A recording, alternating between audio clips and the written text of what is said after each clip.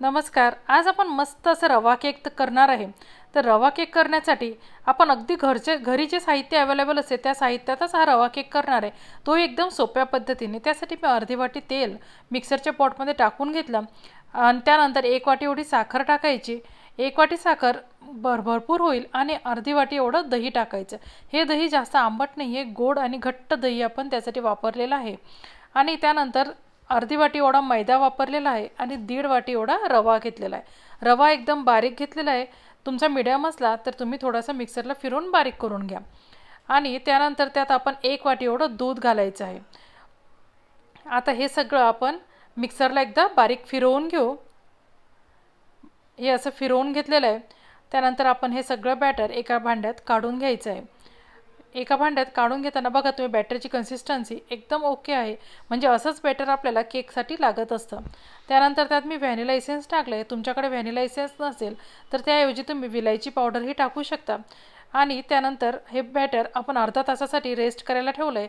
जास्तीत जास्त अर्धा तास किंवा 10 ते 15 मिनिटंही रेस्ट करायला ठेवू शकता तुम्ही. त्यानंतर मी एक इनोचं पॅकेट आणलं होतं ते त्यात टाकलं आणि थोडीशी टुटी फ्रुटी टाकले. टुटी फ्रुटी एकदम ऑप्शनल आहे.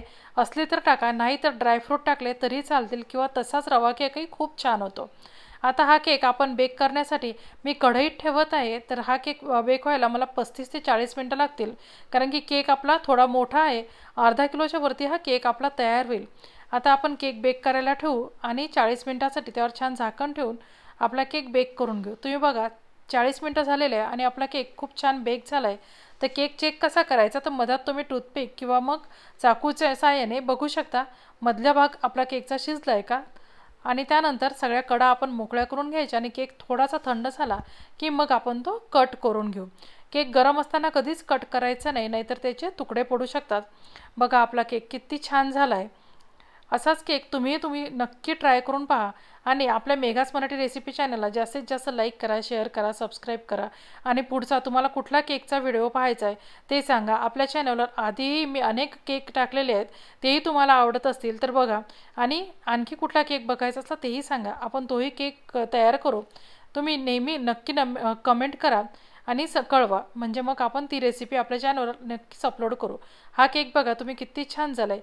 चहासोबत खायला तर एकदम उत्तम आहे आणि फ्रीजमध्ये ठेवला तर 2-4 दिवस छान टिकू शकतो.